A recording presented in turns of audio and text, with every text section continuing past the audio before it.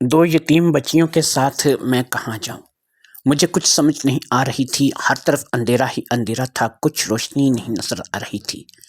ایسا لگتا تھا کہ انور نہیں مرے بلکہ میں خود مر گئی ہوں۔ انور کے مرنے کے بعد اب یہ دو بچیاں میری ذمہ داری تھیں۔ میں ایک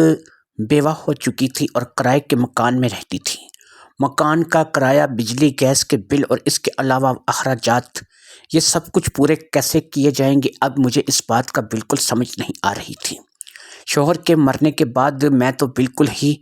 ہر طرف سے ہمت ہار کر کے بیٹھ گئی تھی۔ مجھے ایسا لگ رہا تھا کہ اب ان دو بچیوں کی پرورش میں نہیں کر پاؤں گی۔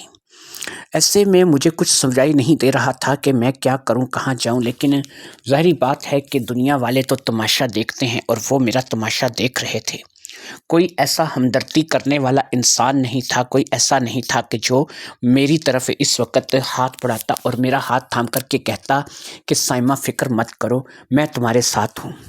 میرے خود کے اپنے گھر والے مجھے کب کا چھوڑ چکے تھے، کیونکہ میں نے اپنی مرضی سے انور سے شادی کی تھی، جس کی وجہ سے میرے گھر والے مجھے کبھی بھی اپنانے کے لیے تیار نہیں ہوئے تھے۔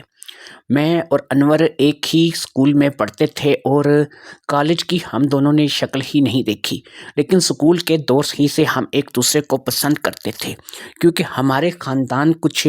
زیادہ بڑے نہیں تھے، بلکہ ہماری فیملیز جو تھی وہ مڈل کلاس فیملی تھی۔ اس لیے ہم لوگ جو ہے وہ ایک دوسرے کے ساتھ محبت کے بندھن میں تو بن گئے، لیکن سب سے بڑی جو ہمارے لیے مصیبت کھڑی ہوئی وہ ہم دونوں کی ذات کو لے کر تھی۔ میں کسی اور ذات سے تعلق رکھتی تھی اور اسی طریقے سے انور کسی اور ذات سے تعلق رکھتے تھے، اور ہمارے ہاں کوئی بھی رشتہ ذات برادری سے باہر نہیں کیا جاتا تھا۔ جب میں نے اپنی شادی کے لیے انور کے بارے میں اپنے گھر والوں سے بات کی تو میرے گھر والوں نے صاف انکار کر دیا، اور انہوں نے مجھے ایک ہی بات بتائی۔ انہوں نے کہا کہ انور ایک دوسری برادری کا آدمی ہے، اس لیے تمہاری اس کے ساتھ شادی نہیں ہو سکتی۔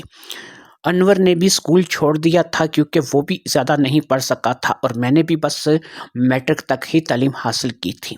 پھر اس کے بعد ہماری زندگی بڑی ہی عجیب و غریب سی گزرنے لگی۔ ہم لوگوں نے شادی کا فیصلہ کر لیا تھا اور شادی کر لی، لیکن پھر شادی کرنے کے بعد ہماری زندگی میں سوائے دھکوں کے اور کچھ بھی نہیں تھا۔ انور ایک فیکٹری میں ملازمت کرتا تھا، اور اسی فیکٹری سے کچھ سامان پیکنگ کا وہ مجھے بھی لا کر کے دیتا تھا، جسے میں گھر میں بیٹھ کر کے پیک کرتی تھی۔ اسی طریقے سے ہم دونوں کا وقت گزرتا چلا جا رہا تھا۔ ہم لوگ مکان کا کرایہ وغیرہ دے کر کے اتنا بچا لیتے تھے کہ ہم لوگ اپنی دونوں بچیوں کی، جو کہ یکے بعد دیگرے اوپر نیچے ہی ہو گئی تھیں، یعنی دونوں بچیوں میں 1 سال کا وقفہ تھا، ان کی پرورش اچھے طریقے سے کر رہے تھے۔ پھر ایک روز فیکٹری میں کام کرتے ہوئے اچانک ہی انور کو دل کا درد اٹھا، اور وہ دل کا درد اس کے لیے جان لیوا ثابت ہوا۔ انور کو ہارٹ اٹیک آیا تھا، اور ہم اس میں زیادہ امیر نہیں تھے کہ ہم اس کا علاج کرا سکتے۔ انور کے رشتہ دار بھی اس کے ساتھ ناطے توڑ چکے تھے، اور میرے رشتہ دار بھی کسی قسم کی مدد کرنے کے لیے تیار نہیں تھے۔ ایسے میں انور اس دل کے ہاتھوں اپنی جان کی بازی ہار گیا، اور پھر اس کے مرنے کے بعد میں اس مکان میں، جس کا کہ اچھا خاصا کرایہ تھا، تنہا رہ گئی تھی۔ فیکٹری سے کچھ مال جو کہ پہلے مجھے ملا کرتا تھا، ظاہری بات ہے کہ وہ انور کی وجہ سے ہی ملتا تھا، لیکن اب فیکٹری والوں نے بھی مجھ سے منہ موڑ لیا تھا، اور میرے پاس کوئی بھی کمائی کا ذریعہ نہیں رہا تھا۔ یہاں پر میں نے اڑوس پڑوس محلے کے لوگوں سے بات کر کے ان کے کپڑے وغیرہ دھونے کا کام گھر میں ہی شروع کر دیا۔ میرے پاس ایک اچھی واشنگ مشین تھی، جس میں میں کپڑے اپنے بچوں کے لیے یا خود کے لیے دھوتی تھی۔ یہی کام میں نے محلے کی عورتوں کے ساتھ مل کر کے بات چیت کر کے گھر میں کرنا شروع کر دیا، اور ان کے کپڑے جو کہ ان کے گندے ہوئے پڑے ہوتے تھے وہ اٹھا کر کے لے آتی تھی، اور اس کو نہ صرف کہ دھو کر کے بلکہ اچھے طریقے سے پریس کر کے ان کو ان کے حوالے کر آتی تھی۔ کیونکہ دکان کی نسبت میرا ریٹ کافی کم تھا، اس لیے وہ سبھی مجھ سے کام کروانا پسند کرتی تھیں، لیکن میں نے اس چیز کا اندازہ بہت جلد لگا لیا کہ اس سے اتنی آمدنی نہیں ہوتی کہ جس سے میں مکان کا کرایہ، بجلی، گیس کے بل آسانی سے ادا کر سکوں، اور پھر اپنی بچیوں کی بھی تربیت کر سکوں۔ میری دونوں بیٹیاں اس وقت کچھ زیادہ بڑی نہیں تھیں۔ جو بڑی بیٹی تھی وہ اس وقت 8 سال کی ہو چکی تھی اور اس سے چھوٹی والی جو ہے وہ ظاہری بات ہے کہ 7 سال کی تھی۔ دونوں کی عمر میں صرف 1 سال کا فرق تھا، یعنی کہ بڑی جس کا نام خدیجہ تھا وہ 8 سال کی تھی اور خدیجہ سے چھوٹی عائشہ تھی جو کہ 7 سال کی تھی۔ دونوں ہی بیٹیاں اس وقت مجھے اپنے لیے بہت بڑا اخراجات کا ذریعہ نظر آ رہی تھیں، کیونکہ ظاہری بات ہے کہ اس وقت تو میں ان کو ایک گورنمنٹ اسکول میں تعلیم دلوا رہی تھی، لیکن آہستہ آہستہ ان کے خرچے اخراجات بھی بڑھتے چلے جا رہے تھے۔ لیکن میں اس بات کو لے کر کے پریشان تھی کہ اب اپنے شوہر کے مر جانے کے بعد میں کیا کروں گی، کس طریقے سے ان بچوں کو پالوں گی۔ ایسے میں ایک شخص کا ذکر میں اکثر لوگوں سے سنا کرتی تھی اور اس شخص کے ذکر کے بعد میرے ذہن میں ایک بات آئی اور میں نے اس بات کو لے کر کے اس شخص کے ساتھ رابطہ کرنے کا فیصلہ کر لیا۔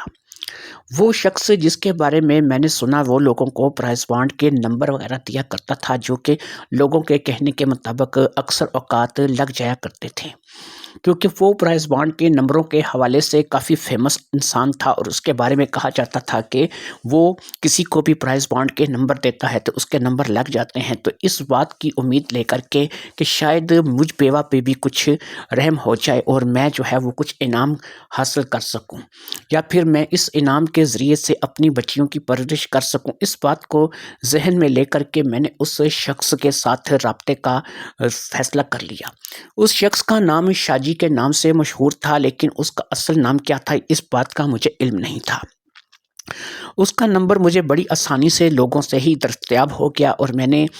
اس کا نمبر لے کر کے اپنے پاس سیو کر لیا۔ میرے پاس ایک سادہ سا بٹنوں والا موبائل تھا جس میں کبھی بیلنس ہوتا تھا اور کبھی نہیں ہوتا تھا،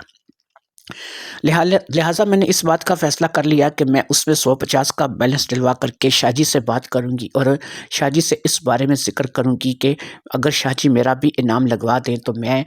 چلو اپنی بچیوں کے لیے اچھی پرورش کا بندوبست کر سکوں گی، اپنے مکان کا کرایہ آسانی سے ادا کر سکوں گی اور اسی طریقے سے اپنے اخراجات پہ قابو پا سکوں گی۔ لہٰذا اس نمبر کو لینے کے بعد میں نے شاہ جی سے رابطہ کیا جو کہ راولپنڈی میں رہتے تھے، اور میں اس وقت آپ کو بتاتی چلوں کہ میرا تعلق فیصل آباد سے ہے اور میں فیصل آباد میں رہتی ہوں۔ شاہ جی کے ساتھ میری پہلی ہی کال پہ بات ہو گئی، یعنی انہوں نے میرا نمبر اٹینڈ کر لیا۔ انہوں نے باقاعدہ مجھ سے میری تفصیل پوچھی اور جب میں نے انہیں اپنے بارے میں بتایا کہ میں ایک بیوہ عورت ہوں اور 2 بچیوں کو چھوڑ کر کے میرا شوہر اس دنیا سے چلا گیا ہے اور ان دونوں بچیوں کی پرورش کی ذمہ داری مجھ پر ہے،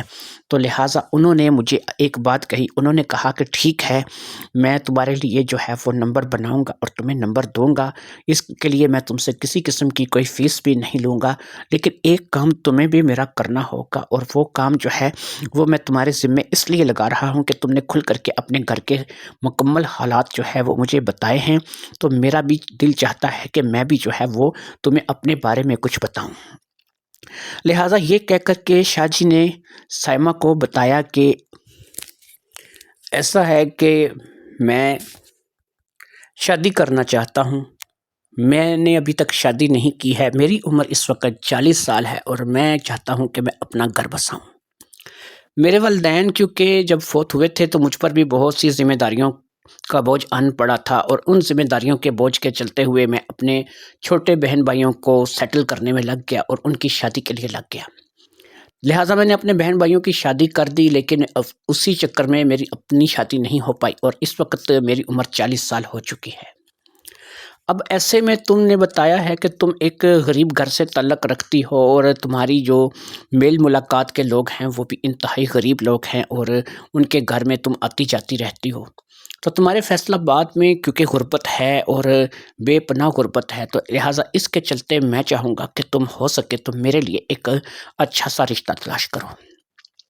کوئی ایسی عورت کہ جو مجھ سے شادی کرنے کے لیے تیار ہو، کوئی ایسی عورت کہ جو مجھ سے شادی کر لے اور میرے ساتھ شادی کر کے اپنا وقت گزارے۔ میرا گھر بار اپنا ہے، میرا مکان یہاں پر اپنا ہے اور میں راولپنڈی میں ہوں، یہاں پر کسی قسم کی کسی چیز کی کمی نہیں ہے اور میں ایک اچھا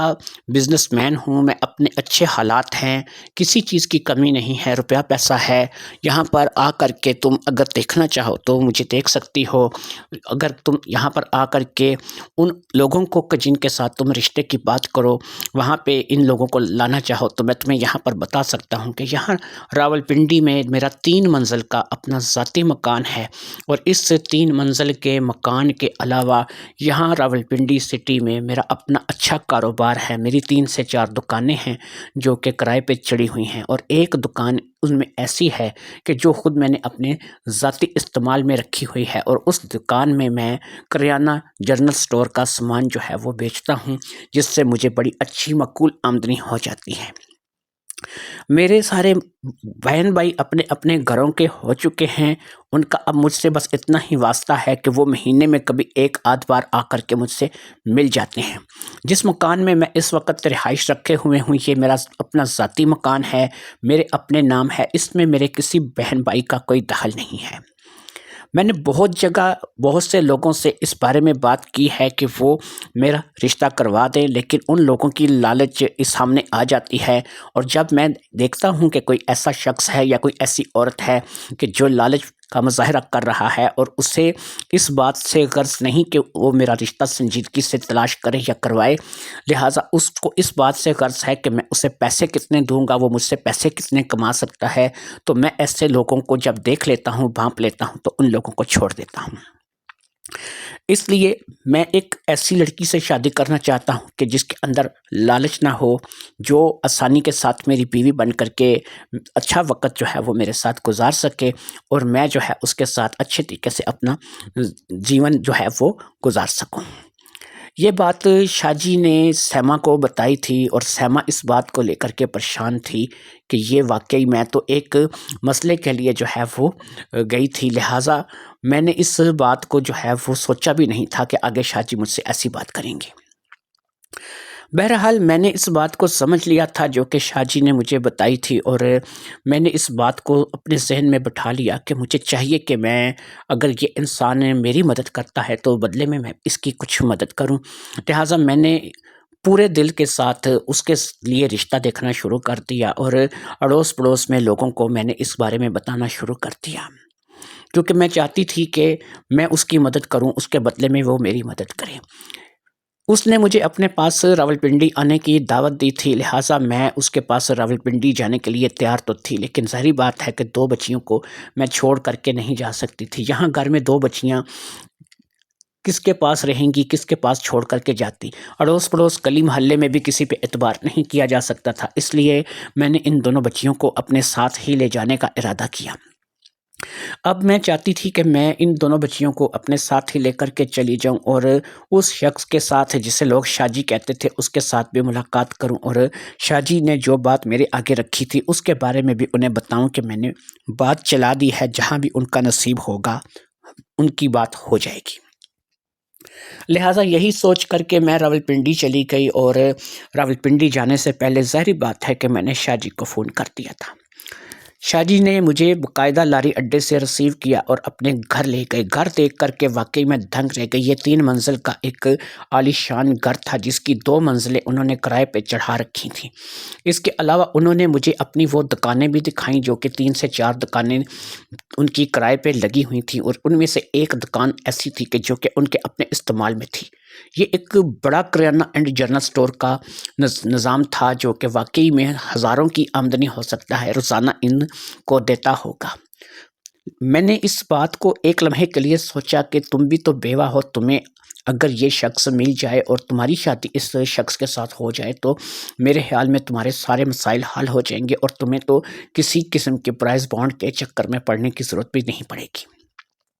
لیکن یہ بات میں صرف سوچ کر کے رہ گئی، کیونکہ شاہ جی کی ابھی شادی نہیں ہوئی تھی اور وہ ایک کنوارے تھے، یعنی کہ ابھی تک ان کی شادی نہ ہونے کی وجہ سے نہ تو ان کی کوئی اولاد تھی اور نہ ہی وہ جو ہے وہ پہلے سے شادی شدہ تھے۔ ایسے میں ایک ایسی جس کی عمر اس وقت 35-36 سال ہونے کو آئی تھی، جس کی 2 بچیاں تھیں، جس میں سے ایک 8 سال کی اور ایک 7 سال کی، اگر میں ان کو اس بات کے لیے آمادہ کرتی کہ وہ میرے ساتھ شادی کریں تو اس بات کو بھی وہ میرا لالچ سمجھ سکتے تھے اور سمجھ سکتے تھے کہ شاید یہ لڑکی یا یہ عورت پاگل ہو گئی ہے اور اس کو میرے علاوہ اور کوئی نہیں ملا۔ میں نے اس بات کو سوچ کر کے یہ بات خود اپنی ذات تک محدود رکھی اور میں نے یہ بات کا اظہار ان سے نہیں کیا۔ ہاں یہ ہے کہ ان کے گھر میں مجھے رات کو راولپنڈی میں رکنا پڑا، جو کہ میں ڈر ڈر کے رکی، کیونکہ بہرحال میں ایک عورت تھی اور وہ بھی ایک کوئی بوڑھی عورت نہیں تھی بلکہ ایک نوجوان عورت تھی۔ انہوں نے مجھے کچھ بھی نہیں کہا اور میں ایک رات کے لیے ان کے گھر رک گئی۔ باقاعدہ انہوں نے ایک اچھے مہمان نواز کی طرح ہماری اور مہمان نوازی کی، مجھے اور میری بیٹیوں کو بہت پیار دیا اور مجھے اور میری بیٹیوں کو انہوں نے بہت پسند کیا، اور انہوں نے اس بات کو بھی سراہا کہ میں نے ان کے رشتے کی بات کو آگے چلا دیا ہے۔ انہوں نے مجھے بتایا کہ وہ کوئی عمل کرتے ہیں جس کی وجہ سے ان کو پرائز بانڈ کا نمبر دکھائی دیتا ہے اور وہی نمبر وہ لوگوں کو کھلوا دیتے ہیں، لہٰذا وہ ڈرا کے آخری 3 دنوں میں پڑھائی کریں گے اور مجھے جو ہے وہ نمبر دیں گے اور میرا نمبر لگ جائے گا، انشاءاللہ تعالیٰ میرے حالات بہتر ہو جائیں گے۔ ان سے ملنے کے بعد میں کافی مطمئن ہو گئی تھی اور میں اپنے گھر واپس آ گئی۔ جب میں گھر واپس آئی تو میرے اندر ایک سکون سا تھا، جو کہ ظاہری بات ہے کہ اس وجہ سے تھا کہ بہت جلد ہو سکتا ہے کہ مجھے بھی کوئی ایسا نمبر ملے کہ جس سے میرا انعام لگ جائے۔ اس بات کو لے کر کے میں اندر ہی اندر خوش تھی، اور پھر واقعی ہی ڈرا کے دن نزدیک آ گئے اور انہوں نے مجھے ایک نمبر جو ہے وہ بتا دیا۔ وہ نمبر بتا دیا، میں اب اس نمبر کو لینے کے لیے گئی۔ ظاہری بات ہے کہ مجھے ان راستوں کا علم نہیں تھا، لیکن اپنے بچوں کے لیے مجھے یہ سب کچھ کرنا پڑ رہا تھا۔ جب میں نے اس نمبر کو خریدا اور خرید کر کے لے آئی تو مجھے اب اس بات کا انتظار تھا کہ قرآن اندازی ہوگی تو یہ نمبر لگے گا۔ قرآن اندازی ہو گئی اور میرا نمبر 2nd پرائز میں ون ہوا۔ واقعی شاہ جی کے بارے میں جو سنا تھا وہ 100% ٹھیک تھا، یعنی کہ میرا نمبر لگ چکا تھا، اور میں اس بات کو لے کر کے شاہ جی کی بڑی مشکور تھی، لہٰذا میں شاہ جی کو اس بات کی فون کر کے مبارکباد دی، اور شاہ جی نے مجھے کہا کہ اب دیکھو میں نے تمہارا کام کر دیا ہے، ہو سکے تو تم بھی جلدی سے جلدی میرا کام کر دو۔ دیکھ لو میرے پاس کسی چیز کی کمی نہیں ہے، گھر ہے، دکانیں ہیں، اچھی آمدنی کے ذریعے ہیں، کوئی کسی قسم کی پریشانی نہیں ہے، لیکن اب کمی ہے تو صرف اس بات کی ہے کہ میری شریک حیات نہیں ہے، میرے بچے نہیں ہیں، اور مجھے یہ کمی جو ہے یہ بہت کھلتی ہے۔ یہ وہ باتیں تھیں کہ جو ظاہری بات ہے کہ میرے دل میں بھی گھر کرتی تھیں، لہٰذا میں نے اپنی کوشش کو مزید تیز کر دیا، اور پھر بہت سے لوگوں سے میں نے جب یہ بات کی کہ ان کا مکان اپنا ہے، ان کی دکانیں ہیں، ان کے معاملات اتنے اچھے ہیں، اور اس طریقے سے انہوں نے اپنے بہن بھائیوں کی شادی کے چکر میں اپنی عمر زیادہ کر لی ہے، تو اس بات کو لے کر کے بہت سے لوگوں نے تو مجھے یہی مشورہ دیا کہ سائمہ تو خود شادی کیوں نہیں کر لیتی، یہ تمہارے لیے ایک بہترین رشتہ ہے۔ میں ان کو یہی بولتی کہ اگر آپ لوگوں کا کہنا درست ہے اور آپ لوگ جو کہہ رہے ہیں وہ ٹھیک ہے، لیکن آپ اس بات کو اچھی طرح سے جانتے ہیں کہ میں اگر خود اپنے منہ سے ان کو اس شادی کے لیے آمادہ کروں گی تو میری کوئی اہمیت جو ہے وہ ان کے نظر میں نہیں رہے گی۔ 2-3 لوگوں نے اس بات کی حامی بھر لی کہ وہ جو ہے وہ ملنا چاہتے ہیں، دیکھنا چاہتے ہیں، شاہ جی کو بھی ایک چکر یہاں کا لگا لینا چاہیے، لہٰذا شاہ جی جو ہیں وہ اس بات کو لے کر کے جب میں نے انہیں پیغام دیا تو انہوں نے بھی فیصل آباد میرے گھر آنے کی حامی بھر لی۔ ان کو بھی میں نے لاری اڈے سے ہی ریسیو کیا، کیونکہ میرے گھر کا راستہ اس قدر آسان نہیں تھا کہ وہ گھر آ سکتے، لہٰذا میں انہیں اپنے گھر لے آئی، اور پھر یہاں پر آ کر کے انہوں نے 2 سے 3 رشتے جو کہ میں نے دیکھ رکھے تھے ان لوگوں سے گفتگو کی، اور ان لوگوں سے گفتگو کرنے کے بعد وہ مجھے کچھ خاص مطمئن نظر نہیں آ رہے تھے، کیونکہ ان لوگوں کا کہنا تھا کہ اگر آپ نے واقعی شادی کرنی ہے تو آپ یہاں پر بھی تو مکان لے سکتے ہیں، یہاں پر بھی رہ سکتے ہیں، یہاں پر جو ہے وہ اپنا کاروبار شفٹ کر سکتے ہیں۔ ان لوگوں کا کہنے کا مقصد یہی تھا کہ اگر آپ نے بیٹی یہاں اس جگہ سے فیصل آباد سے لینی ہے تو آپ کا کاروبار بھی یہی ہونا چاہیے، آپ کا گھر بھی یہی ہونا چاہیے، تاکہ لڑکی کو پریشانی نہ ہو، آپ کو بھلے وہاں سے اپنے مکان بیچنے پڑیں، اپنی جگہ بیچنی پڑے، اپنی دکانیں بیچنی پڑیں، آپ کو جو بھی اس میں اٹھانا پڑے آپ وہ ساری جو ہے وہ ذلت اٹھائیں اور یہاں پر آ جائیں، کیونکہ بیٹی ہماری ہے اور ہم جو ہے وہ اپنی بیٹی آپ کو اس طریقے سے نہیں دیں گے کہ وہ آپ یہاں سے بیاہ کر کے اسے راولپنڈی لے جائیں۔ یہ وہ تمام باتیں تھیں کہ جو انہوں نے محسوس کر لی تھیں، لہٰذا اس رات انہوں نے میرے گھر قیام کیا، جو کہ ظاہری بات ہے کہ میرے پاس جو مکان تھا وہ 2 کمروں پہ مشتمل مکان تھا۔ ایک کمرے میں میں نے ان کا بستر لگا دیا اور دوسرے کمرے میں میں اپنی بیٹیوں کو لے کر کے سو رہی۔ ساری رات مجھے یقین کریں کہ ایک ڈر ہی لگا رہا کہ یہ نہ ہو کہ کسی بھی وقت رات کے کسی پہر میں یہ شخص جو کہ میرے گھر میں آیا ہوا ہے، جو کہ انجان ہے، اجنبی ہے، وہ اٹھ کر کے کہیں میرے ہی کمرے میں نہ چلا آئے اور ایسا نہ ہو کہ کچھ ایسا ہو جائے کہ میں کسی کو منہ دکھانے کے قابل نہ رہوں۔ لیکن پھر مجھے ایک بات کا آسرا تھا کہ اس شخص نے اس کے گھر میں جب میں اپنی دونوں بچیوں کو لے کر کے گئی تھی، اگر اپنے گھر میں رہتے ہوئے اس نے میرے ساتھ کچھ ایسا کام نہیں کیا یا میرے ساتھ اس نے کوئی ایسی حرکت نہیں کی، تو مجھے اب مطمئن ہو کر کے کم از کم میں اپنے گھر میں ہوں، اپنے محلے میں ہوں، مجھے اپنے گھر میں اپنے محلے میں تو کم از کم اس بات کو لے کر کے نہیں ڈرنا چاہیے۔ اگلے دن ناشتہ کرنے کے بعد شاہ جی وہاں سے چلے گئے اور انہوں نے ظاہری بات ہے کہ راولپنڈی جانا تھا۔ وہ میرے بتائے ہوئے رشتوں سے مطمئن نہیں تھے، لیکن انہوں نے مجھے یہ کہا تھا کہ تم نے تو اپنی طرف سے کوشش کی ہے، لوگ ہی صحیح نہیں ہیں، تو اب ہم کیا کر سکتے ہیں، لہٰذا تم فکر مت کرو، تم جو ہے وہ اپنا کام جاری رکھو اور امید ہے کہ تم ایک نہ ایک دن ضرور کامیاب ہو جاؤ گی۔ جیسے ہی تمہیں کوئی کامیابی ملے یا تمہیں کوئی ایسے لوگ ملیں کہ جو تم سمجھو کہ تمہاری اور میری دونوں ہی کی توقعات پر پورا اترتے ہیں، تو تم میرے ساتھ رابطہ کرنا اور میں جو ہے وہ پھر دوبارہ سے یہاں آ جاؤں گا، یا پھر اگر تم نے وہاں آنا ہوا تو ان لوگوں کو لے کر کے تم وہاں پر آ جانا، تمہارے خرچے اخراجات کی پرواہ مت کرنا، وہ میں برداشت کروں گا۔ جو سیکنڈ کا انعام شاہ جی کی وجہ سے لگا تھا، اس سے اتنی رقم آئی تھی کہ میں نے گھر کا راشن اچھے طریقے سے ڈال دیا تھا اور کچھ میرے ایسے معاملات تھے جو کہ حل ہو گئے تھے، کچھ لوگوں کا قرض میں نے ادا کرنا تھا، وہ بھی میں نے کر دیا تھا، لیکن ظاہری بات ہے کہ وہ اتنی زیادہ رقم نہیں تھی کہ ہمیشہ کے لیے میرے کام آتی، لہٰذا اب وہ رقم بھی ختم ہونے والی تھی اور میرے پاس کچھ خاص کام کاج بھی نہیں تھا۔ لوگوں کے کپڑے جو کہ میں دھو کر کے گزارا کرتی تھی، وہ اتنا ہی نظام تھا کہ گھر کی دال روٹی چل جاتی تھی، لیکن ظاہری بات ہے کہ میں اس کے ساتھ اپنے معاملات کو ہمیشہ کے لیے نہیں چلا سکتی تھی۔ اس بات کا ذکر میں نے دوبارہ جب شاہ جی سے فون پر کیا تو انہوں نے کہا کہ کوشش کروں گا کہ تمہارا کوئی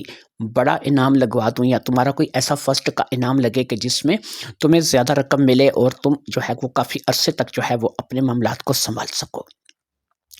اب اس کے ساتھ ہی انہوں نے ایک اور بات مجھے کر دی، انہوں نے کہا کہ سائمہ مجھے ایک بات بتاؤ، میں تم سے ایک بات کرنا چاہتا ہوں، میری بات کا برا مت ماننا، جو بھی کہوں گا وہ کہوں گا جو کہ میں دیکھ رہا ہوں، اور میں دیکھ یہ رہا ہوں کہ تم اپنے بچوں کے لیے اتنی تردد کر رہی ہو، ایک کرائے کے گھر میں رہتی ہو اور تم جو ہے وہ اپنے بچیوں کو پالنے کے لیے اتنی کوشش کر رہی ہو، تو کیا تم نے کبھی ایسا نہیں سوچا کہ تم اپنا دوبارہ سے گھر بسا لو اور تم جو ہے وہ باقاعدہ جو ہے وہ کسی کی بیوی بن جاؤ اور تمہاری ساری ذمہ داری جو ہے وہ کسی اور کے سر چلی جائے اور تم جو ہے وہ مزے سے اپنی زندگی کو گزارو۔ اب میں کیا بتاتی، ظاہری بات ہے کہ میں تو یہی چاہتی تھی، لیکن میں ان کے اشارے کو سمجھ بھی رہی تھی، لیکن میں سوچ رہی تھی کہ اگر میں نے کھل کر کے اس بات کا اظہار کر دیا کہ میں ایسا چاہتی ہوں تو وہ بھی اس بات کو سمجھے کہ شاید ان کو لے کر کے میرے من میں کوئی لالچ ہے جو کہ جاگ چکا ہے۔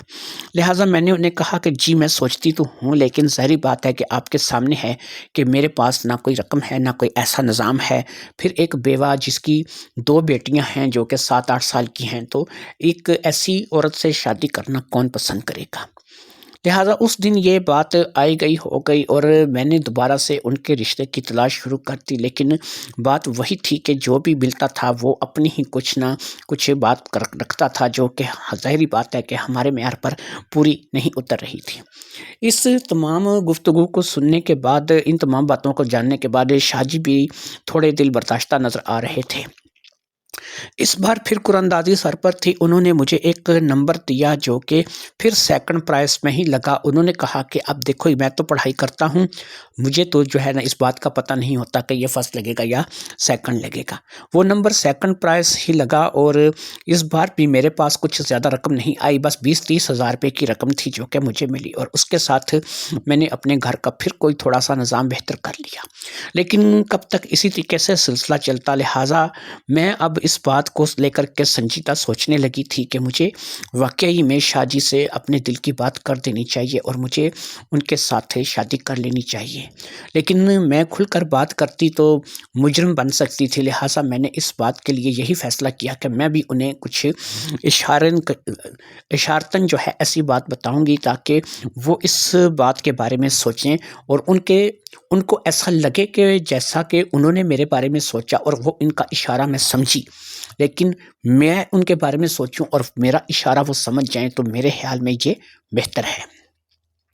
لہٰذا ایک روز پھر میری ان سے کے ساتھ فون پہ بات ہوئی تو میں نے ایسے ہی ان سے کہہ دیا کہ شاہ جی میں سوچتی ہوں کہ اپنا گھر بسا لوں، شادی کر لوں، کوئی اللہ کا ایسا نیک بندہ مل جائے کہ جو مجھے اور میری دونوں بچیوں کو قبول کر لے تو میں اس کے ساتھ شادی کر لوں گی۔ یہ ایک کھلا اشارہ تھا جو کہ اس قدر زیادہ طاقتور اشارہ تھا کہ شاہ جی جیسا بندہ اس اشارے کو آسانی سے سمجھ سکتا تھا۔ لہٰذا اب شاہ جی نے مجھے کہا کہ ہاں تمہاری سوچ بالکل درست ہے اور تم صحیح سوچ رہی ہو، تو ایسا ہے کہ تم بھی کوئی اپنے لیے کوئی اچھا سا لڑکا دیکھ لو کہ جو تمہیں پسند ہو اور جس کے ساتھ تم شادی کر لو، اور خاص طور پر کوئی ایسا کہ جو تمہاری ذمہ داری اور تمہاری بچیوں کی ذمہ داری کو اٹھا سکے۔ یہ کھل کر بات نہیں تھی، لیکن مجھے ایسا لگ رہا تھا کہ انہوں نے جو یہ لفظ بولا تھا کہ خاص طور پر کوئی ایسا بندہ جو تمہاری اور تمہاری بچیوں کی ذمہ داری کو اٹھا سکے، اس سے مجھے لگا کہ وہ اپنے بارے میں بات کر رہے ہیں۔ شاید ہم دونوں ہی ایک دوسرے کو سمجھ چکے تھے اور ہم دونوں ہی ایک دوسرے کے معاملات کو جان چکے تھے اور ایک دوسرے کے لیے ہی ایک دوسرے کو پسند کر چکے تھے، لیکن کھل کر بات کرنے کی پوزیشن میں اس وقت ہم دونوں ہی نہیں تھے۔ میں نے جو اشارہ دیا تھا وہ بہت بڑا اشارہ تھا۔ اس کے بعد اگر شاہ جی میری اس بات کو سنجیدہ نہ لیتے اور اس اشارے کو نہ سمجھ پاتے تو میں کیا کہہ سکتی تھی؟ پھر اس کا ایک ہی مقصد ہو سکتا تھا کہ شاید وہ مجھے پسند نہیں کرتے، حتیٰ کہ میں ایک اچھی خاصی شکل و صورت کی عورت تھی، کسی بھی لحاظ سے کم نہیں تھی، 35-36 سال کی عمر تھی اور کچھ اتنی بڑی نہیں تھی کہ میں جو ہے وہ اب اتنی عمر ہو گئی تھی کہ شادی نہیں کر سکتی تھی یا آگے اولاد پیدا نہیں کر سکتی تھی۔ لہٰذا ان تمام باتوں کے مد نظر میں نے اس بات کا فیصلہ کر لیا تھا کہ شاہ جی اگر میرے بارے میں سوچیں گے تو میں بھی ان کے ساتھ شادی کرنے میں دیر نہیں لگاؤں گی، اور اس طریقے سے مجھے بھی سہارا مل جائے گا اور میرے گھر کا بھی چولہا جو ہے وہ اچھے طریقے سے جلنے لگے گا۔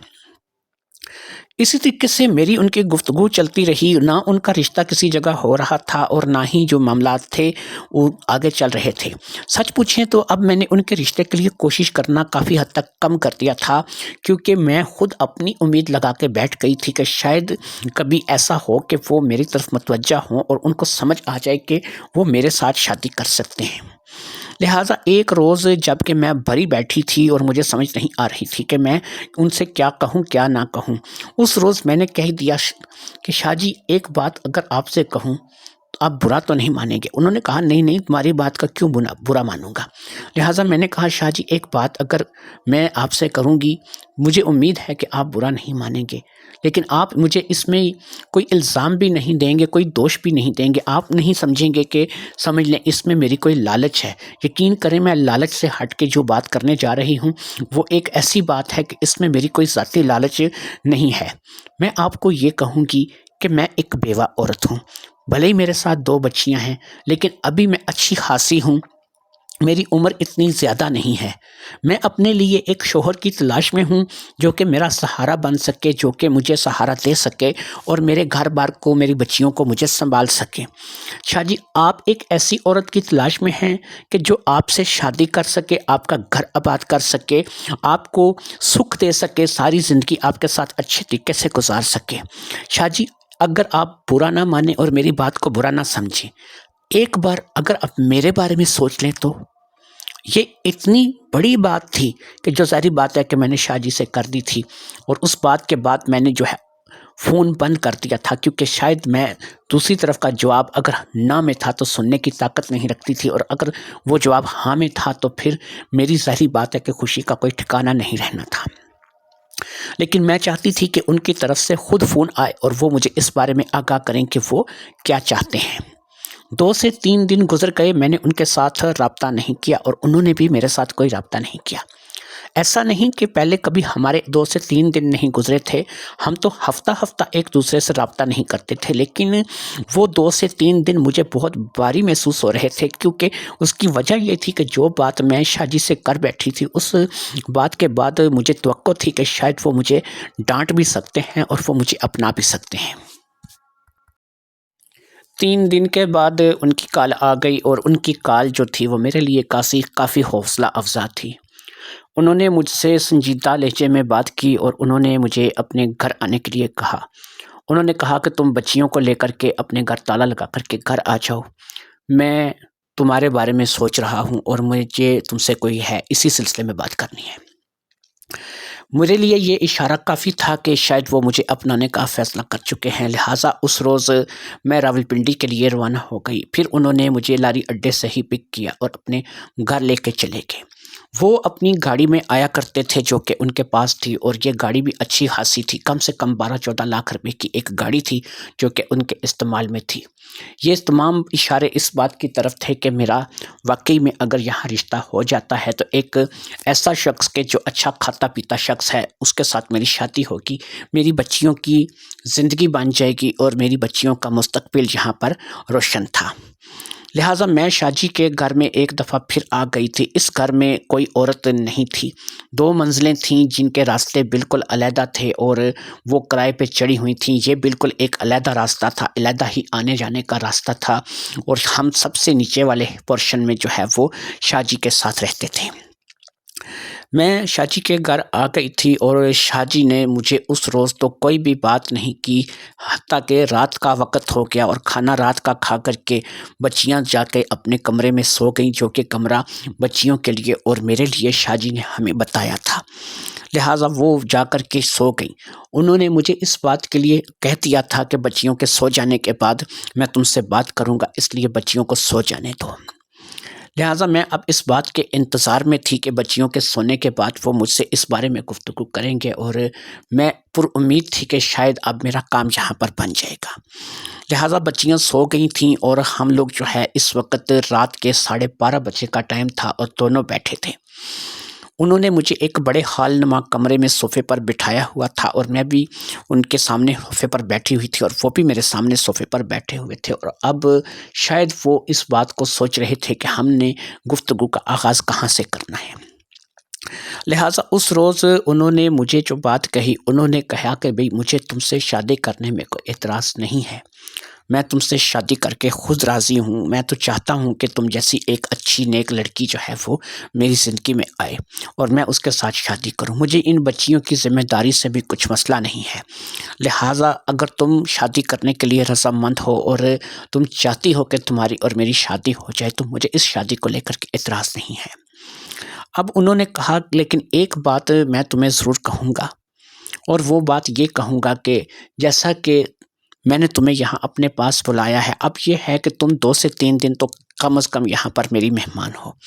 اور اس 2 سے 3 دن کے اندر میں کوشش کروں گا کہ اپنے بہن بھائیوں سے رابطہ کروں گا، ان کو یہاں پہ بلاؤں گا، اور پھر ہم لوگ جو ہے وہ یہاں پر ہی قاضی کو بلا کر کے نکاح کر لیں گے۔ رہ گیا تمہارا فیصلہ باد والا گھر، تو وہ ویسے ہی رینٹ پر ہے اور اس کے اندر جو سامان ہے وہ بھی میں دیکھ چکا ہوں کہ کچھ خاص نہیں ہے، تو میں کسی بھی وقت وہاں سے وہ سامان منگوا لوں گا، اور تم نے وہاں کا اگر رینٹ ادا کر دیا ہے تو اس مکان کو خالی کرنے کا تمہیں پورا حق ہے، اور تم وہ سامان اور تمہارا جو کچھ بھی وہاں پر ہے وہ یہاں پر پہنچ جائے گا۔ اس لیے اب تم اپنے آپ کو یہیں پہ محسوس کرو، یہیں پہ سمجھو، اور بس تم اس چیز کا انتظار کرو کہ 2 سے 3 دن کے اندر میں اپنے بہنوں بھائیوں کو پیغام دے دوں گا، اور جب وہ آ کر اکٹھے ہوں گے تو ہم لوگ جو ہے وہ نکاح کر لیں گے، اور پھر نکاح کے بعد تم اسی گھر میں مکمل طور پر رہو گی اور یہی تمہارا گھر ہوگا۔ اب تمہارا جو فیصل آباد والا سامان ہے وہ بہت جلد یہاں پہ پہنچ جائے گا، اس مکان کو خالی کر دیں گے۔ میں نے کہا ٹھیک ہے شاہ جی، لیکن اب یہ ہے کہ میں چاہتی تھی کہ ایک دفعہ میں وہاں پر چلی جاؤں، خود میں اپنی نگرانی میں اس مکان کو خالی کروں، چلو یہ دیکھ لیں گے۔ شاہ جی نے میری بات کو کاٹتے ہوئے کہا چلو یہ دیکھ لیں گے، لیکن بہرحال اب یہ ہے کہ آج سے تم خود کو اس گھر کی مالکن ہی سمجھو، میری بیوی ہی سمجھو، باقی 3-4 دن کی بات ہے، جب تک میرے بہن بھائیوں سے میرا رابطہ ہو جائے گا، میں ان سے رابطہ کروں گا، سب کو میں اس بات کے اطلاع کروں گا کہ میں نے شادی کرنے کا فیصلہ کر لیا ہے اور تم سے ان لوگوں کو متعارف کرواؤں گا۔ باقی یہ ہے کہ یہ میری اپنی ذاتی زندگی ہے، تمہیں پریشان ہونے کی ضرورت نہیں، ہماری شادی میں کوئی بھی رکاوٹ کوئی نہیں ڈالے گا، نہ میری کوئی بہن، نہ میرا کوئی بھائی، اور نہ ہی کسی اور کو اس معاملے میں کوئی اعتراض ہوگا۔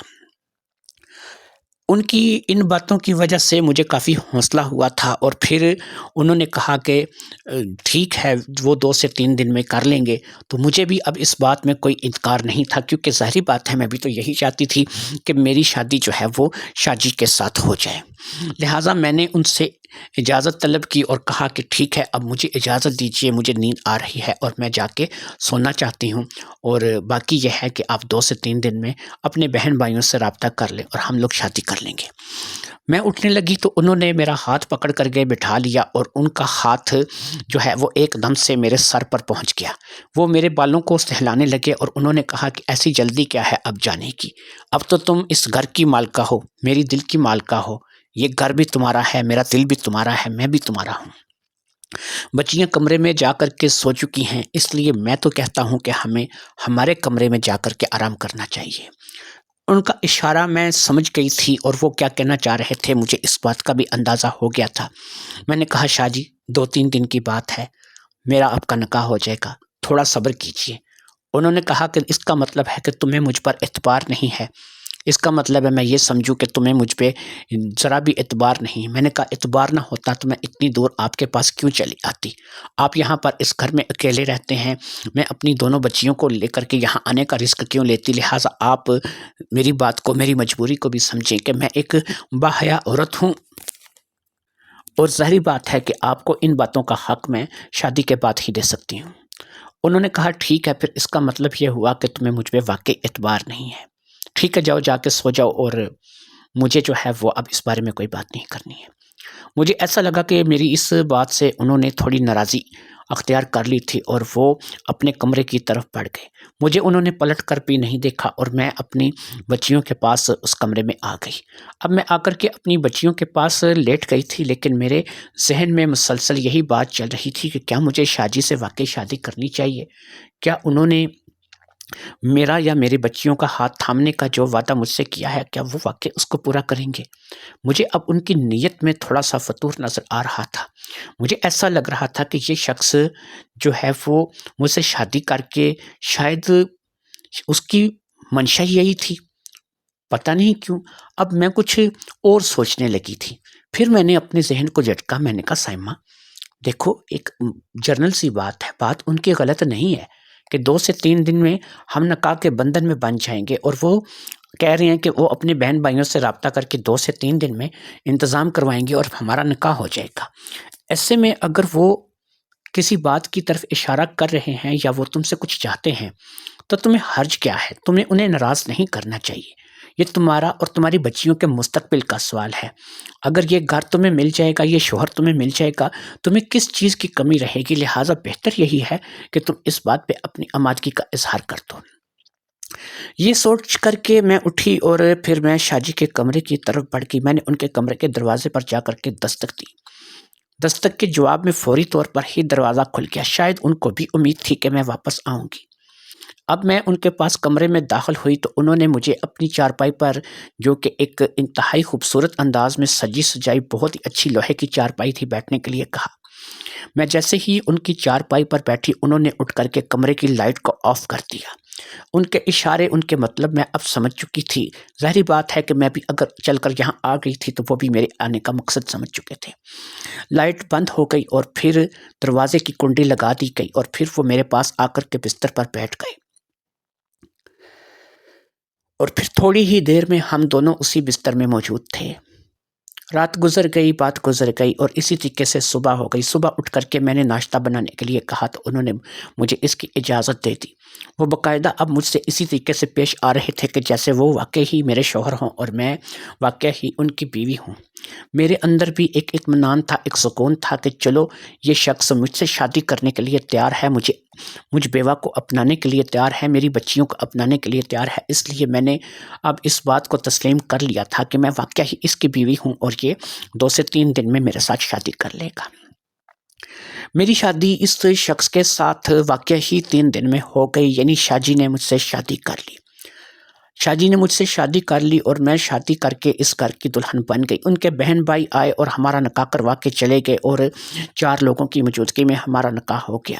میں اپنی بچیوں کے ساتھ اب اس گھر میں رہنے لگی تھی اور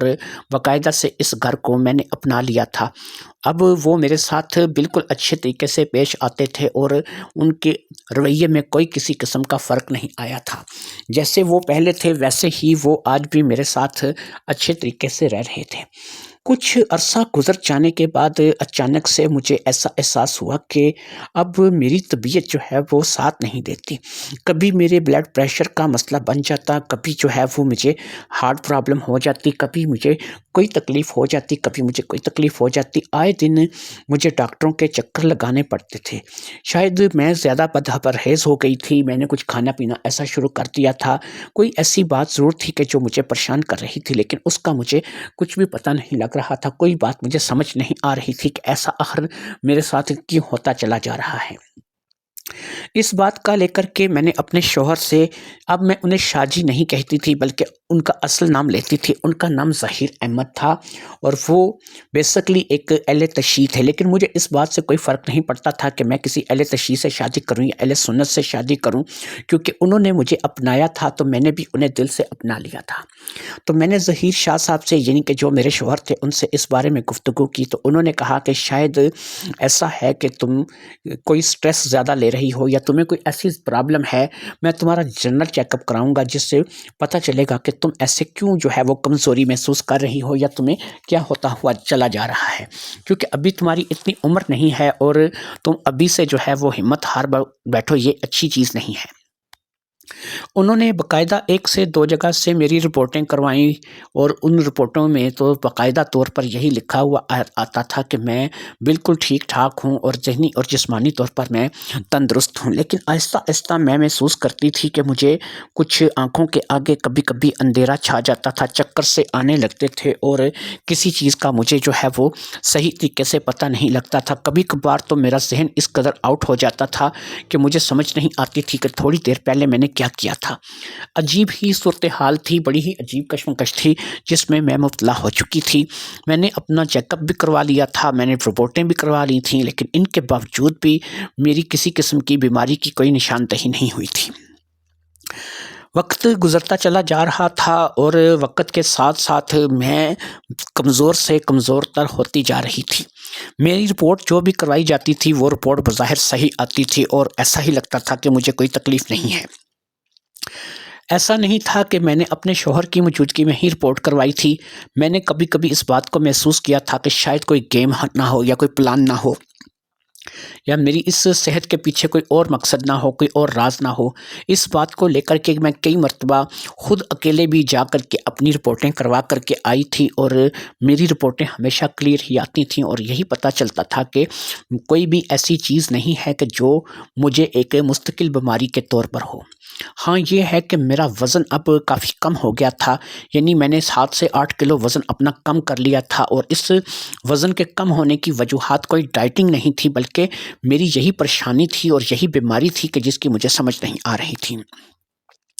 اب میرے گھٹنوں میں اکثر درد رہنے لگا تھا اور میں چلنے پھرنے سے بھی جو ہے وہ معذور ہو گئی تھی، بہت کم چل پاتی تھی۔ وقت گزرتا جا رہا تھا، بڑی بیٹی 13 سال کی ہو چکی تھی، چھوٹی بیٹی 12 سال کی ہو چکی تھی اور اس وقت میرے حالات کچھ ایسے تھے کہ مجھے تو ایسا لگتا تھا کہ میں چند دن کی مہمان ہوں یا پھر میں اپنی زندگی کو پتہ نہیں کیسے جو ہے وہ گزار رہی ہوں۔ میرے شوہر ظہیر نے کبھی بھی اس بات کو لے کر کے کہ میں کسی جگہ علاج کروانا چاہتی ہوں، کوئی رپورٹ کروانا چاہتی ہوں، کہیں جانا چاہتی ہوں، کہیں آنا چاہتی ہوں، کبھی بھی انہوں نے کوئی ایسی بات نہیں کی تھی، بلکہ انہوں نے میری خواہش کا ہمیشہ احترام کیا تھا اور مجھے وہ لے کر کے ہمیشہ اچھے سے اچھے ڈاکٹر کے پاس جاتے تھے۔ لیکن عجیب بات یہ تھی کہ کہیں سے بھی میرا کوئی علاج نہیں ہو پا رہا تھا اور نہ ہی کسی کو میری اس مستقل بیماری کی سمجھ آ رہی تھی۔ ایک بڑی عجیب بات تھی کہ میرے شوہر کے بہن بھائی صرف اسی وقت آئے تھے کہ جب ہمارا نکاح ہوا تھا، اور اس کے بعد انہوں نے کبھی اپنی شکل نہیں دکھائی۔ ایک آدھ بار میرے شوہر نے ان سے فون پر رابطہ کیا تھا اور فون پر ہی ہیلو ہائی ہوئی تھی، لیکن میں نے اس بات کو لے کر کے اپنے شوہر سے اس بارے میں پوچھا بھی تھا کہ ایسا کیوں ہے، تو اس نے کہا تھا کہ کیونکہ وہ سب اپنے اپنے گھر بار والے اور اپنی اپنی زندگی میں مگن ہو چکے ہیں، اس لیے ان کے شاید اتنا ٹائم نہیں کہ وہ میرے ساتھ جو ہے وہ بات کر سکیں یا پھر میرے ساتھ جو ہے وہ اپنا وقت گزار سکیں۔ میں نے بھی اس بات کو لے کر کے اس وقت کچھ محسوس نہیں کیا تھا کہ وہ بہن بھائی آخر اپنے ہی بھائی سے دور کیوں ہیں، حتیٰ کہ بھائی بڑا ہے اور ان کے لیے تو بڑی قربانیاں دی ہیں بڑے بھائی نے۔ ان کی شادی کے چکر میں اپنی 40 سال تک اس نے شادی نہیں کی، اور پھر 40 سال کے بعد اسے میں ملی اور میرے ساتھ اس نے شادی کی، اور جس کی 2 بچیاں ہیں جن کی وہ اچھے طریقے سے ابھی پرورش کر رہا ہے۔ ان باتوں کو لے کر کے میں کبھی کبھی اپنی جگہ سوچتی تھی کہ میرا شوہر جو ہے وہ ایک عظیم انسان ہے اور اس نے کتنا کچھ اپنے بہن بھائیوں کے لیے کیا ہے، لیکن اس کے بہن بھائی جو ہیں انہوں نے کبھی مڑ کر پیچھے بھی نہیں دیکھا۔ اب ایسا ہے کہ مجھے اپنی بیماری کو لے کر تو پریشانی تو تھی ہی تھی، اور میں بہت سے ڈاکٹروں کے پاس جا کر چیک اپ کرا کے تنگ آ چکی تھی۔ مجھے سمجھ نہیں آ رہا تھا کہ میں کیا ہو چکی ہوں کیا نہیں۔ میں دن بدن گلتی چلی جا رہی تھی، اور مجھے ایسا لگ رہا تھا کہ شاید میری زندگی کا اینڈ جو ہے وہ اب نزدیک آتا چلا جا رہا ہے۔ بچیاں بڑی ہو رہی تھیں اور مجھے اپنی زندگی جو ہے وہ ختم ہوتے ہوئے محسوس ہو رہی تھی۔ مجھے ایسا ہی لگ رہا تھا کہ میں اب زیادہ عرصہ زندہ نہ رہ سکوں گی، اور کچھ ہی عرصے میں شاید اب میں اس دنیا فانی سے کچھ کر جاؤں گی۔ میری اس حالت کو لے کر کے میری بچیاں بھی پریشان رہتی تھیں، کیونکہ انہیں پتہ تھا کہ میں زیادہ تر بیمار ہی رہتی تھی اور آئے دن کچھ نہ کچھ دوائی کھاتی رہتی تھی، کچھ نہ کچھ علاج میرا چلتا رہتا تھا، لیکن میں ٹھیک ہونے کا نام ہی نہیں لے رہی تھی۔ ایسے میں ایک روز میں اپنی دونوں بچیوں کے ساتھ ایک ڈاکٹر کے کلینک پہ گئی ہوئی تھی۔ اس روز ظہیر نے مجھے کہا تھا کہ تم جا کر کے اپنا چیک اپ کرا لینا، اور میں وہاں پر بھی اپنا چیک اپ کرانے کے لیے گئی ہوئی تھی۔ یہ ایک بہت ہی ماہر سرجن تھا جو کہ بہت سی ایسی پیچیدہ بیماریوں کا علاج کر سکتا تھا کہ جس کے بارے میں لوگوں کو کہا جاتا تھا کہ نا امیدی یا مایوسی ہو جاتی ہے، وہ وہاں پر بھی لوگ جاتے ہیں تو ان پہ بھی جو ہے اللہ کا کرم ہوتا ہے اور اس کا بھی علاج ہو جاتا ہے۔ لہٰذا میں اس ڈاکٹر کے پاس جا کر کے ملی۔ اس نے باقاعدہ میری پرانی رپورٹیں چیک کی، اور پرانی رپورٹیں وغیرہ چیک کرنے کے بعد اس نے مجھے اچھے طریقے سے معائنہ کیا، اور پھر معائنہ کرنے کے بعد اس نے مجھے کہا کہ دیکھو بی بی، بات یہ ہے جیسے کہ ان رپورٹوں میں بھی لکھا ہے اور لوگ بھی کہتے ہیں اور تم نے بھی خود محسوس کیا ہے کہ تمہیں کوئی بیماری جو ہے وہ بظاہر میڈیکل ایسا کوئی ایشو نہیں ہے کہ تمہیں اس بیماری کے کسی کے بارے میں بتایا جا سکے، لیکن میں ایک بات تمہیں یہاں بیماری سے ہٹ کر کے بتانا چاہتا ہوں، شاید تم اس بات کو یقین نہیں کرو گی، اور اتنے بڑے ایک سرجن جو کہ ڈاکٹر، ایک سائنس پڑھا ہوا ایک آدمی، اس سے تم یہ بات سن کر کے شاید تم کہو کہ پتہ نہیں یہ ڈاکٹر صاحب کو کیا ہو گیا، یا ڈاکٹر صاحب اس بارے میں کیا کہہ رہے ہیں، تو تم جو ہے وہ ایک بات اپنے ذہن میں بٹھا لو۔ مجھے ایسا لگتا ہے کہ میرا اندازہ ہے، کوئی یقین سے نہیں کہہ رہا، مجھے ایسا لگتا ہے کہ کوئی تمہیں مارنے کی کوشش کر رہا ہے۔ میں نے کہا ڈاکٹر صاحب یہ کیسے ہو سکتا ہے؟ اگر کوئی مجھے مارنے کی کوشش کرے گا تو اس کے لیے وہ کیا حربہ استعمال کرے گا؟ وہ مجھے زہر دے دے گا، وہ مجھے جو ہے وہ کوئی ایسی دوائیاں دے گا کہ جو میری جان لیوا ثابت ہوں، کوئی ایسا حربہ۔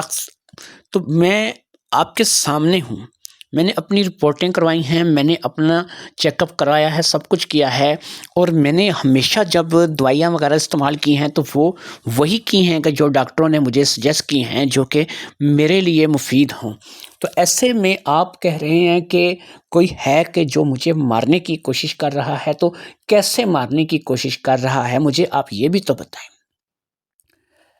میرے اس سوال کے جواب میں وہ ڈاکٹر تھوڑی دیر کے لیے خاموش ہو گیا، پھر اس نے کہا کہ دیکھو بی بی، بات یہ ہے، میں نے تمہیں پہلے ہی کہا تھا کہ تمہیں شاید میری بات کو سن کر کے ہنسی آئے گی، کیونکہ ایک میڈیکل پروفیشن میں ہونے کی وجہ سے میں ایسی باتوں پہ یقین نہ رکھوں یہ بنتا ہے، لیکن مجھے اب ایسا لگ رہا ہے کہ مجھے تمہیں کھل کر کے بتانا ہی پڑے گا۔ میرا اشارہ اس طرف نہیں ہے کہ تمہیں کوئی زہر دے رہا ہے، میرا اشارہ اس طرف بھی نہیں ہے کہ تم جو ہے وہ کوئی ایسی دوائی استعمال کر رہی ہو جو کہ تمہاری جان یا صحت کے لیے نقصان دہ ہے۔ میرا اشارہ کسی اور طرف ہے۔ اب میں نے کہا ڈاکٹر صاحب آپ پہیلیاں مت بجھوائیں، مجھے بتائیں، میں جاننا چاہتی ہوں کہ آپ کا اشارہ کس طرف ہے۔ یہ میری زندگی کا سوال ہے، میں جس نہج پہ پہنچ گئی ہوں، جس طریقے سے میں آہستہ آہستہ گل رہی ہوں، میرا وزن کم ہوتا چلا جا رہا ہے اور مجھے ایسا لگ رہا ہے کہ میں اب زیادہ عرصہ زندہ نہ رہ سکوں گی۔ یہ 2 بچیاں ہیں جو میرے پیچھے ہیں اور ان بچیوں کی ذمہ داری ظاہری بات ہے کہ میں اپنے شوہر پہ چھوڑ کے اس دنیا سے چلی جاؤں گی، لہٰذا اگر اس کا آپ کو کوئی بات سمجھ آتی ہے تو آپ مجھے بتائیں۔ اب اس ڈاکٹر نے کہا کہ دیکھو بھی بات یہ ہے بی بی، اگر تم بات سمجھو یا نہ سمجھو، مانو یا نہ مانو، لیکن میں جو تمہیں چیز بتانے جا رہا ہوں اس کو تم کہو گی کہ ایک ڈاکٹر ہو کے میں کیسی بات کر رہا ہوں، لیکن یقین کرو کہ میں یہ باتیں سن بھی چکا ہوں، دیکھ بھی چکا ہوں اور میرے سامنے ایسے کئی واقعات ہو چکے ہیں، تو میں اپنے تجربے کے بلبوتے پر تمہیں یہ بات بتا رہا ہوں۔ اس وقت میری عمر 60 سال ہے اور اس میں نے 60 سال کی عمر میں کم از کم 2 سے 3 واقعات ایسے دیکھے ہیں کہ جس میں مریض مرے ہیں، تمہاری ہی طرح گل گل کے مرے ہیں۔ ہم نے میڈیکلی طور پہ ان کا مکمل علاج کرنے کی کوشش کی ہے، لیکن ان کی زندگی نہیں بچ پائی اور وہ آخر کار اپنے حلقے حقیقی سے جا ملے، اور ان کے بھی ساتھ یہی معاملات تھے کہ ان کو سمجھ نہیں آتی تھی کہ ان کو بیماری کیا ہے۔ ڈاکٹر کی یہ بات سن کر میں تو خود حیران رہ گئی۔ میری بچیاں تھیں تو ان کے چہرے پر بھی ہوائیاں اڑ رہی تھیں۔ بچیاں بھی اس وقت میرے پاس ہی تھیں جس وقت میں ڈاکٹر کے کمرے میں بیٹھی ان کی یہ باتیں سن رہی تھیں۔ بچیاں بھی اس بات کو لے کر کے پریشان تھیں کہ ڈاکٹر کس طرف اشارہ کر رہا ہے، ڈاکٹر کیا کہہ رہا ہے، لیکن ظاہری بات ہے کہ اب یہ اتنی عام بات نہیں تھی کہ بچیاں سمجھ پاتی یا میں سمجھ پاتی۔ لہٰذا میں نے ڈاکٹر سے کہا ڈاکٹر صاحب پلیز اگر آپ ایسی کوئی بات محسوس کرتے ہیں تو مجھے بتائیے، میں جاننا چاہتی ہوں۔ اب ڈاکٹر نے کہا کہ ٹھیک ہے،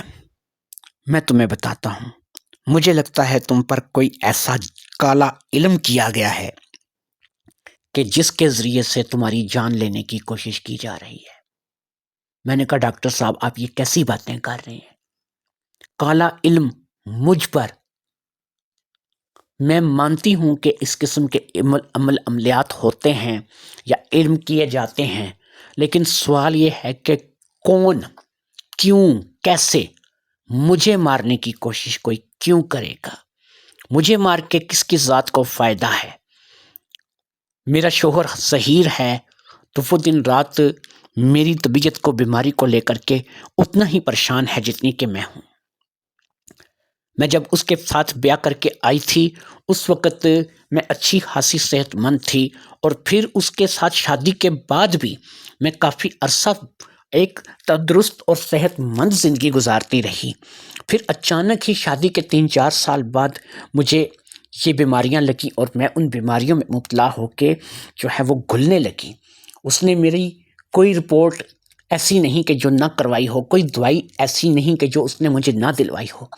کہیں پہ جا کر کے اس نے میرا چیک اپ نہ کروایا ہو۔ وہ مکمل طور پر آج تک ایک اچھے شوہر کی طرح میری پوری دیکھ بھال کر رہا ہے۔ میں ایک بیوہ بے سہارا تھی، اس نے مجھے اس حال میں اپنایا۔ اب آپ کہہ رہے ہیں کہ مجھ پر کوئی جادو کروا رہا ہے، کوئی ایسا کالا علم کروا رہا ہے کہ جس کے بلبوتے پر مجھے مارنے کی کوشش کر رہا ہے، تو سوال یہ پیدا ہوتا ہے کون؟ میری زندگی میں میرے شوہر کے علاوہ، میری بچیوں کے علاوہ کون ہے؟ میرا کوئی عزیز رشتہ دار نہیں، کوئی بھائی بہن نہیں کہ جو میرے ساتھ آج واسطے میں ہو، رابطے میں ہو، تعلق میں ہو۔ اور یہی حال میرے شوہر کا بھی ہے۔ اس کے بہن بھائی بھی اپنی اپنی زندگی میں مگن ہو چکے ہیں، اپنی اپنی زندگی میں مبتلا ہو چکے ہیں، اور ان کے ساتھ بھی ہمارا کوئی لین دین رابطہ نہیں۔ اب ایسے میں اگر میں سوچوں کہ میری طرف سے تو میرا کوئی رشتہ دار ہی نہیں جو کہ دعوے دار ہوگا کہ میں جو ہے وہ مر جاؤں، اگر ایسے میں سوچوں کہ یہ کام میرے شوہر کے بہن بھائیوں میں سے کسی نے مجھ پر کروایا ہے، کوئی ایسا کالا جادو کروایا ہے کہ جس سے وہ میری جان لینا چاہتے ہیں، تو سوال یہ ہے کہ وہ تو وہ لوگ ہیں کہ جنہوں نے آج تک ہم لوگوں کو شادی کے بعد پلٹ کر نہیں دیکھا۔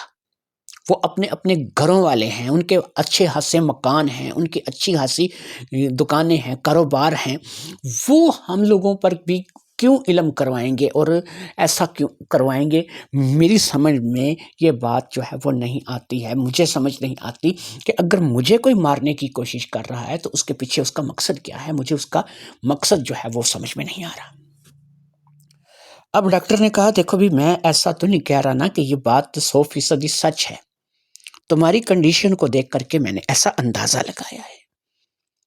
تم اپنی جگہ درست ہو، تمہارا شوہر ہے، بچیاں ہیں، رشتہ دار ہیں وہ دور دور ہیں، ان کو تم سے تمہاری زندگی سے کوئی واسطہ ہی نہیں ہے، تو ایسے میں تمہیں مارنے کی کوشش کیوں کرے گا؟ تمہاری بات اپنی جگہ بالکل درست ہے، اور اس بات کو سامنے رکھتے ہوئے میں یہی کہوں گا کہ ہو سکتا ہے میرا اپنا اندازہ درست ہو، لیکن میں تمہیں ایک چھوٹی سی کہانی ضرور سنانا چاہوں گا۔ یہ کہانی ہے بندیا نام کی ایک لڑکی کی، وہ میرے پاس آئی تھی، اس کی بھی یہی کیفیت تھی، اس کو بہت سارے لوگوں کے پاس، ڈاکٹروں کے پاس دکھایا گیا تھا، بہت سارے ہاسپٹل سے اس کی رپورٹنگ کروائی گئی تھی، لیکن وہ اسی طرح گل رہی تھی، اس کی صحت کچھ سے کچھ ہوتی چلی جا رہی تھی۔ پھر یہ ہے کہ میں نے اس کا علاج کرنے کی کوشش کی تو مجھے بھی اس کے علاج میں کچھ سمجھ نہیں آئی۔ اس لڑکی کی حالت جب بہت زیادہ خراب ہو گئی اور وہ بستر سے جا لگی تو حتیٰ کہ مجھے اس کے گھر والے، اس کے فیملی والے گھر بلا لیتے تھے۔ جب میں اس کے گھر گیا تو وہاں پر مجھے پتا چلا کہ اس لڑکی کے ساتھ تو اب یہی ہے کہ وہ بستر کی ہو کر کے رہ گئی ہے۔ انہوں نے ان دنوں ایک ایسے آدمی سے رابطہ کیا کہ جو کوئی پیر فقیر ٹائپ تھا، اس نے کہا کہ آپ کی بچی پر کالا علم کیا گیا ہے۔ کیونکہ میرے پاس پہلے کوئی ایسا واقعہ میرے سامنے پیش نہیں آیا تھا، تو میں کیونکہ ایک ڈاکٹر تھا اور میڈیکل سائنس پہ یقین رکھتا تھا، لہٰذا میں نے تو اس بزرگ کی بات کو ہنسی میں اڑا دیا اور میں نے کہا کہ ایسا کیسے ہو سکتا ہے۔ میں نے ان کے گھر والوں کو علاج پر ہی زور دیا اور اس بات پر آمادہ کیا کہ وہ اپنی بچی کا علاج کروائیں اور باقاعدہ سے کسی، مجھ سے نہیں ہوتا تو کسی مجھ سے بھی اچھے سرجن ڈاکٹر سے چیک کرائیں۔ لیکن ان کی بچی تھی کہ وہ گلتی چلی جا رہی تھی، اور پھر اس کے ساتھ یہی ہوا کہ وہ اپنی جان کی بازی ہار گئی، وہ اس دنیا میں نہیں رہی۔ اس کی چلے جانے کے بعد کچھ عرصے بعد ایک اور لڑکی اسی طریقے سے ایسے ہی میرے پاس آئی، اور اس کی کیفیت ایسے ہی تھی جیسے کہ بندیا کی تھی۔ اب یہ جو رخسانہ تھی جو کہ دوسری لڑکی تھی، اس کے والدین بھی بڑے پر امید تھے کہ ان کی بچی کا علاج مجھ سے ہو جائے گا، لیکن ظاہری بات ہے کہ میں اس کا علاج نہیں کر پا رہا تھا اور مجھے سمجھ نہیں آ رہی تھی۔ مجھے اس رخسانہ کے کیس کو لے کر کے وہ شخص یاد آیا کہ جس نے بندیا کے بارے میں اس بات کی پیشگوئی کی تھی کہ بندیا پہ کالا علم کیا گیا ہے اور اس پہ ایسا جادو ہوا ہے جو رفتہ رفتہ اس کو ختم کر رہا ہے۔ جب یہ بات میری سمجھ میں آئی تو میں نے کہا کہ یار ایک جان کا سوال ہے۔ میں نے رخسانہ کے والدین کو ڈاکٹر ہونے کے ناطے بھی اس شخص کے پاس سے جانے کا مشورہ دیا۔ تھوڑی دیر کے لیے تو رخسانہ کے والدین نے مجھے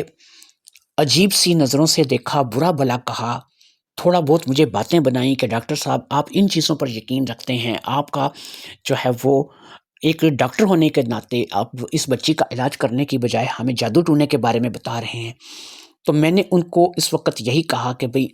میں تم لوگوں کو یہی بتا رہا ہوں، دیکھو کسی جگہ سے بھی رخسانہ کا علاج نہیں ہو رہا، کوئی ڈاکٹر اس کی بیماری تک نہیں پکڑ پا رہا، کسی رپورٹ میں اس کی بیماری نہیں آ رہی۔ تو اگر میری بات کا یقین کر لو اور اس شخص کے پاس چلے جاؤ۔ میرے کہنے پر وہ لوگ بادل نخواستہ وہاں چلے گئے، کیونکہ وہ لوگ جادو جنات وغیرہ ان چیزوں پر کوئی ایمان یقین نہیں رکھتے تھے، اور ان لوگوں کا بھی کہنا یہی تھا کہ ان کی بیٹی رخسانہ کو جو بھی بیماری ہے وہ جسمانی ہے، بس یہ ہے کہ ڈاکٹروں کی پکڑ میں نہیں آ رہی۔ وہ رخسانہ کو لے کر کے اس شخص کے پاس چلے گئے، اور پھر رخسانہ جو ہے وہ آج اور کل اور صحت کی طرف لوٹنے لگی، وہ لڑکی ٹھیک ہونے لگی۔ اب تو رخسانہ کے گھر والوں نے بھی اس بات کا یقین کر لیا کہ واقعی ان کی بیٹی کے اوپر کوئی ایسا علم کیا گیا تھا کہ جس کے چلتے ان کی بیٹی کی یہ حالت تھی۔ لہٰذا اس بات کو سامنے رکھتے ہوئے، رخسانہ کی اس کیفیت کو دیکھتے ہوئے مجھ پر اب جو ہے وہ ان لوگوں نے میرا شکریہ ادا کیا اور مجھے کہا کہ ڈاکٹر صاحب اگر آپ رخسانہ کے بارے میں ہمیں یہ رائے نہ دیتے تو ظاہری بات ہے کہ آپ جو ہے وہ ہم لوگ اس کا علاج نہیں کروا سکتے تھے اور پھر یہ لڑکی ٹھیک نہیں ہو سکتی تھی۔ لہٰذا قصہ مختصر یہ کہ رخسانہ صحت یاب ہو گئی اور رخسانہ کے صحت یاب ہونے پر اس کے گھر والوں نے جو ہے وہ میرا شکریہ ادا کیا۔ اب تمہاری کیفیت ایسی ہے کہ تمہاری بیماری پکڑ میں نہیں آ رہی، تمہاری بیماری کے بارے میں کچھ پتہ نہیں ہے۔ میں یہ نہیں کہتا کہ تمہیں کوئی زہر دے رہا ہے، کوئی دوائیاں ایسی دے رہا ہے کہ جس سے تمہاری جان چلی جائے، لیکن میں تمہیں یہ بتا رہا ہوں کہ تمہارے ساتھ بھی وہی معاملہ ہے جو بندیا کے ساتھ تھا، تمہارے ساتھ بھی وہی معاملہ ہے جو رخسانہ کے ساتھ تھا۔ پھر رخسانہ کے بعد بھی ایک عورت میرے پاس آئی تھی جو کہ ابھی 2 سے 3 مہینے اس کی شادی کو ہوئے تھے اور اس بیچاری کے ساتھ بھی ایسا ہی معاملہ شروع ہو گیا تھا اور وہ بھی بیمار رہنے لگی تھی، تو اس کو بھی میں نے اسی شخص کے پاس بھیجا تھا تو وہیں سے اس کو آرام آیا تھا۔ لہٰذا ان 3 کیسوں کے بعد آپ کو میں یہی مشورہ دوں گا کہ آپ اگر اپنی زندگی بچانا چاہتی ہو تو جاؤ اس شخص کے پاس چلے جاؤ جس شخص کے پاس میں تم لوگوں کو بھیجتا ہوں۔ ڈاکٹر کی بات سمجھ سے بالکل باہر تھی، لیکن جس اعتبار، جس وثوق کے ساتھ، جس یقین کے ساتھ ڈاکٹر نے مجھے یہ ساری بات بتائی تھی، اس سے مجھے ایک بات کا اندازہ ہو گیا تھا کہ ڈاکٹر کی بات کو چھوڑنا نہیں چاہیے۔ لہٰذا میں نے اس شخص کا نام پتہ ڈاکٹر سے معلوم کر لیا تھا۔ اب میرا ارادہ یہی تھا کہ میں بہت جلد اس شخص کے ساتھ جا کر کے ملوں گی۔ اس بات کے لیے میں نے اپنے شوہر ظہیر سے بات کرنے کا فیصلہ کر لیا تھا۔ پتہ نہیں ظہیر اس بات پہ یقین کریں گے یا نہیں۔